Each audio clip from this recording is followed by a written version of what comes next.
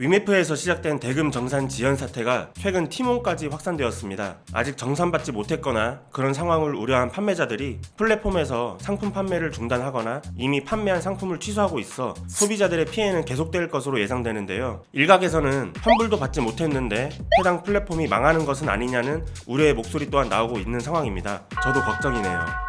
안녕하세요. 법무법인 일로의 백영식 변호사입니다. 오늘은 최근 이슈가 되고 있는 전자상거래 플랫폼 대금 지연 사태에 대해 형사 전문 변호사가 낱낱이 알려드리도록 하겠습니다.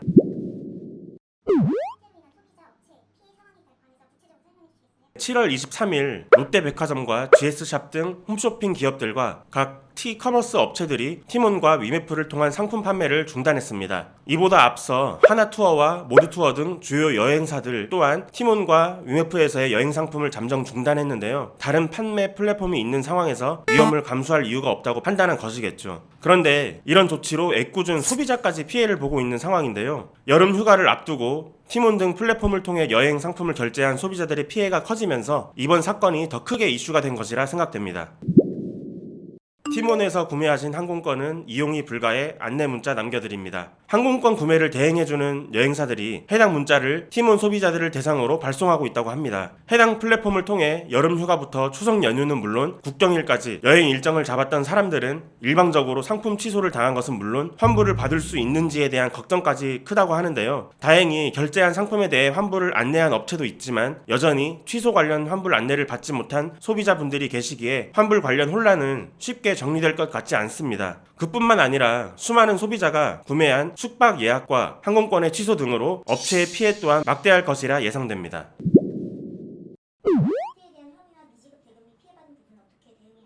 공정거래위원회는 이 사태에 대해서 전자상거래법 위반 여부에 대한 조사를 시작했다고 하는데요. 일반론적으로 전자상거래법 위반이 확실시 된다면 관련 법령에 따라 시정조치 또는 과징금 부과가 가능하고 그 이후에 이행하지 않을 경우에는 검찰의 고발도 가능합니다. 다만 티몬 또는 위메프 같은 중개 플랫폼의 경우 전자상거래법이 직접 적용되기 힘들다는 법적 해석이 존재하는데요. 전자상거래법이 통신판매업자에게 직접 적용되는 법률로서 아직까지 중개 플랫폼에 대한 적용례가 없었다는 것이 큰 쟁점이 되며 향후 법적으로 소송이 진행될 경우에 해당 규정이 어떻게 적용될지 귀추가 주목됩니다. 이러한 법률 적용에 문제가 있더라도 회사 재무 상태가 악화돼 대금 지급 지연을 예상했음에도 플랫폼 서비스를 유지한 것은 특정 경제범죄 가중처벌법상 사기에 해당할 수 있고 해당 범죄에 대한 미필적 고의가 충분히 인정될 수 있다고 보는 견해도 있습니다. 이와 같이 특경법 위반죄가 성립할 경우 이득액이 50억 원 이상일 때에는 해당 기업의 책임자는 무기 또는 5년 이상의 징역형에 처해질 수도 있습니다. 또한 일각에서 Q10의 부도설까지 제기되고 있는 상황에서 여전히 지급되지 않은 대금에 대한 걱정이 크실 것이라고 생각이 됩니다. 만약 Q10의 전자상거래 플랫폼이 법원에 파산 신청을 한다면 법원에서 선임한 파산 관제인이 남은 자산 등을 조사한 뒤 대금을 정산받지 못한 판매자 등에게 배분할 것으로 예상됩니다. 그리고 개별적으로는 항공권 등 상품 취소에 대한 환금 및 손해배상 청구를 할 수 있긴 합니다. 소비자는 청약 철회와 환불 요구권이 있기 때문에 티몬을 상대로 소송을 제기할 수 있는 것이죠. 그러나 사실상 업체 측에서 소비자에게 지불할 돈이 없고 회생 또는 파산을 진행한다면 돈을 돌려받는 것이 힘들 수도 있을 듯 합니다.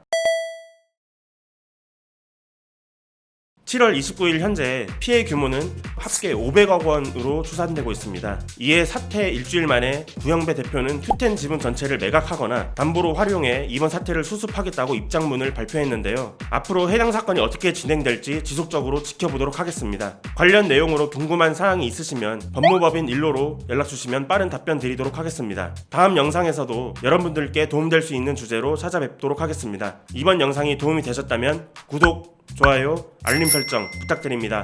감사합니다.